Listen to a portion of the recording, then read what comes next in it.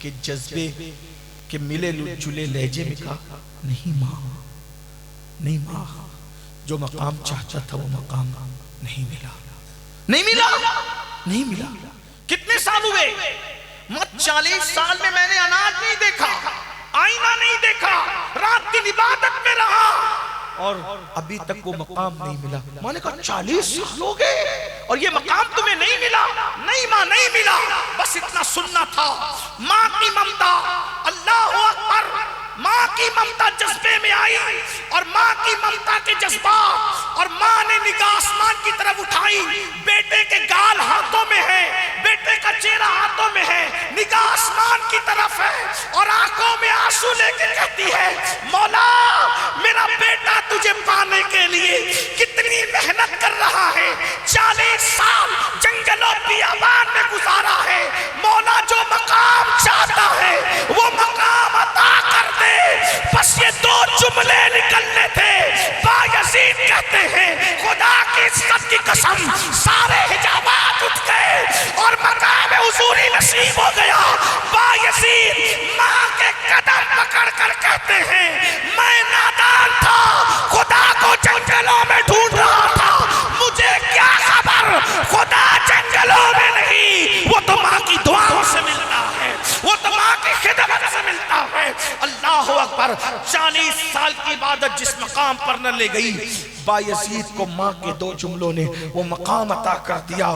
پھر بایزید کہا کرتے تھے ایک لمحے کے لیے بھی یار کا جلوہ اگر نظروں سے اوجھل ہو جائے تو میں اپنے آپ پہ کفر کا فتویٰ دے دوں۔ یہ بڑا مشہور ان کا قول ہے۔ اللہ اکبر، یہ ماں کی، یہ آج تم بھاگ بھگا کے شادیاں کر کے کہاں کہاں جا رہے ہو، یاد رکھنا اگر دامن میں خوشیاں چاہتے ہو، نعمتیں چاہتے ہو اور کامیابی چاہتے ہو تو اپنے دامن میں ماں باپ کی دعا سمیٹو۔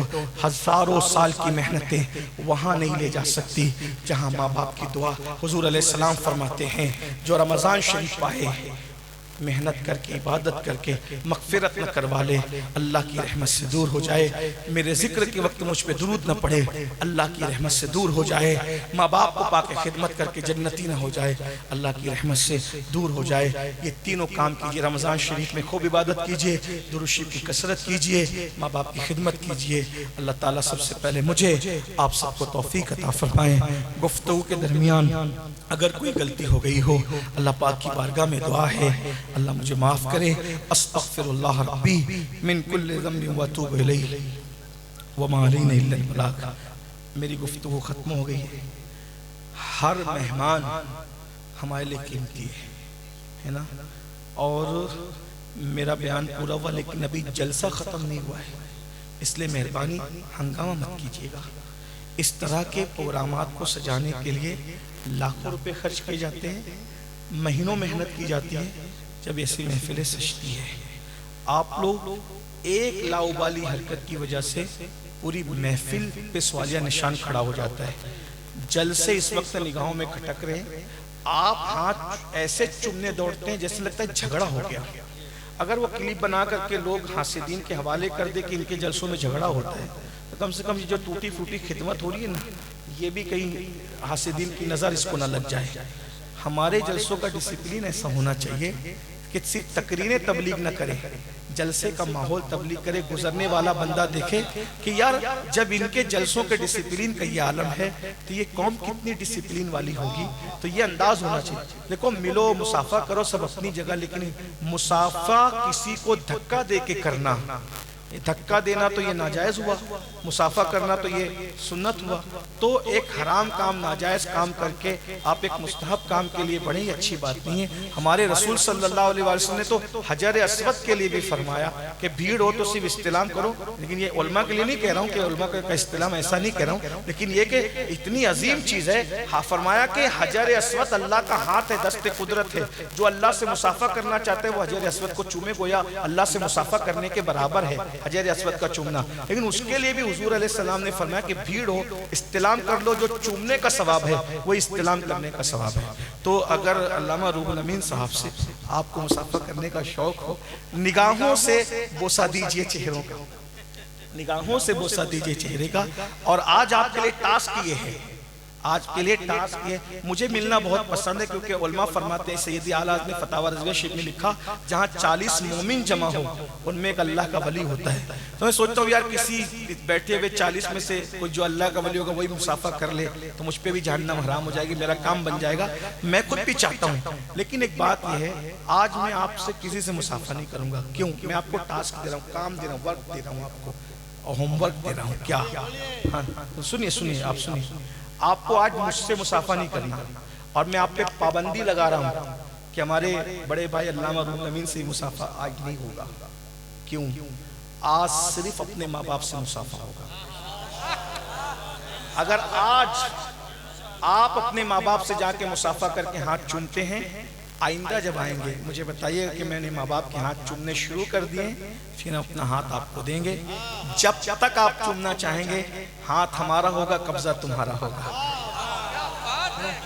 لیکن آج آپ نہیں بولو، اس پہ سب ایگری کرتے؟ سب ایگری کرتے؟ سلیگوڑی والے وعدے کے پکے ہیں، وعدے کے پکے ہیں۔ میں چیک کروں گا آج کہ کیا واقعی آپ وعدے کے پکے ہیں۔ علامہ روح الامین صاحب بہت دیر سے بیٹھے ہیں، ان کو استنجا کی حاجت ہو سکتی ہے، اس لیے ہم دونوں بھائی یہاں سے جائیں گے، ہم دونوں بھائی یہاں سے چلے جائیں گے۔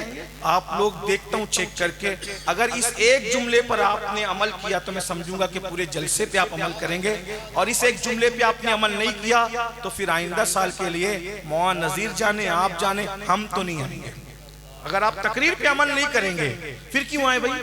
کیونکہ تقریر ہمارا پیشہ تو ہے نہیں، تو آپ تقریر پہ عمل کریں گے تو ہم بار بار آئیں گے، بلائیں گے تو بھی آئیں گے، نہیں بلائیں گے تو بھی آئیں گے، ٹھیک ہے؟ تب ہم ذرا چیک کرتے ہیں۔ پہلا جملہ، یہ پیسج 2 منٹ کے لیے خالی کریں گے۔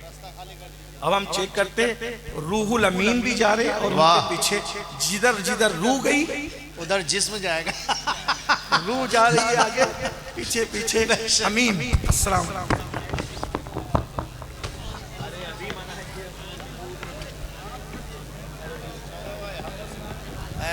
ذیشان بھائی جلدی۔